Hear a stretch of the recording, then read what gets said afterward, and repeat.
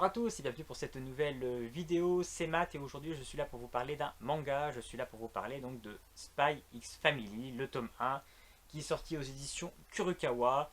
Bon, je le présente, mais je pense que beaucoup doivent connaître ce manga, c'est un petit peu le manga du moment, il a même gagné le prix Babelio du meilleur manga de l'année. Et en fait, Spy Family va être un manga que j'ai envie de dire plutôt humoristique.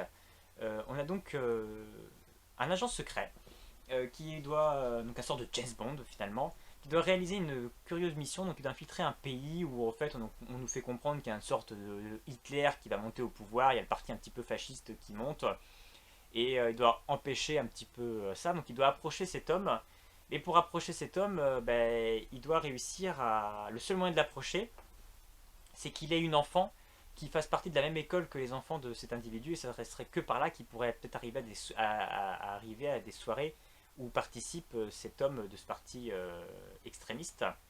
Donc du coup pour réussir cette mission d'infiltration, il doit se créer une famille. Donc il va aller dans un orphelinat pour trouver une petite fille qui pourra jouer sa fille.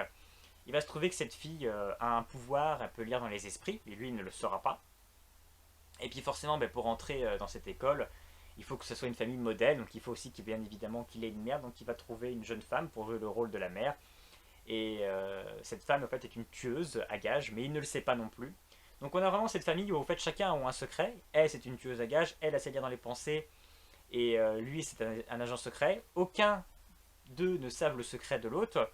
Et donc lui il va poursuivre sa mission en faisant essayer de faire passer cette famille pour une famille parfaite, pour que du coup la petite fille qui est un peu particulière arrive à rentrer dans cette école très sélecte.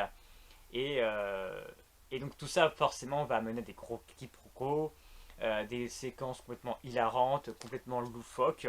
C'est vraiment un manga qui ne se prend pas forcément au sérieux. C'est vraiment extrêmement humoristique, mais extrêmement touchant. On se doute bien que tout ça va créer des liens entre eux. On sent que lui découvre peut-être ce que c'est qu'être père, et on comprend qu'il y a peut-être aussi un passé qui fait qu'il n'a peut-être pas connu forcément une vie de famille. Elle, la petite fille, elle est contente parce que du coup, elle a enfin des parents, alors que parce qu'elle venait d'un orphelinat. Mais en même temps, ça crée toujours des scènes un peu cocasses parce qu'elle, elle sait lire dans les esprits. Donc en fait, comme elle lit dans les esprits, elle sait en fait la mission de son père. Elle sait que son père est agent secret et qu'il mise beaucoup d'espoir sur elle. Il sait que la mère est que sa nouvelle mère est une tueuse à gages. Donc elle est au courant de tout, mais elle dit rien. Mais forcément, elle se retrouve dans des situations un petit peu loufoques parce qu'elle est au courant de ce qui se passe autour d'elle. Elle se trouve vraiment dans des situations complètement abracadabrantes.